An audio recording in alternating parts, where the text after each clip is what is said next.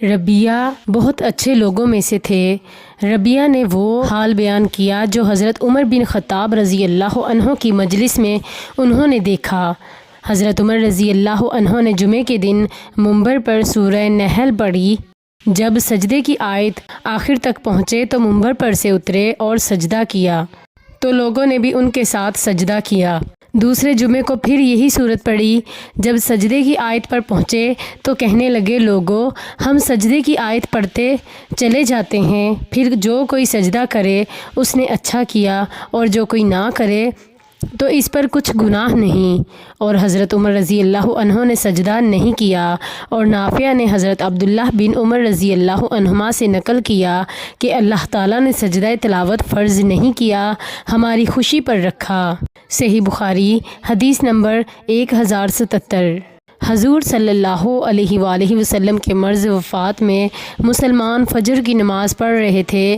اچانک رسول اللہ صلی اللہ علیہ وآلہ وسلم نے ام المومنین حضرت عائشہ رضی اللہ عنہا کے حجرہ سے پردہ اٹھایا۔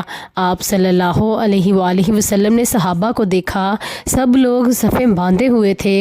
آپ صلی اللہ علیہ وآلہ وسلم خوشی سے خوب کھل کر مسکرائے، اور ابو بکر رضی اللہ عنہ نے آپ صلی اللہ علیہ وآلہ وسلم کو دیکھ کر پیچھے ہٹنا چاہا تاکہ صف میں مل جائیں۔ آپ نے سمجھا کہ حضور صلی اللہ علیہ وآلہ وسلم تشریف لا رہے ہیں۔ صحابہ آپ کو دیکھ کر خوشی سے اس قدر بے قرار ہوئے کہ گویا نماز ہی چھوڑ دیں گے، لیکن حضرت صلی اللہ علیہ وآلہ وسلم نے اشارہ کیا کہ اپنی نماز پوری کر لو، اور پردہ ڈال لیا۔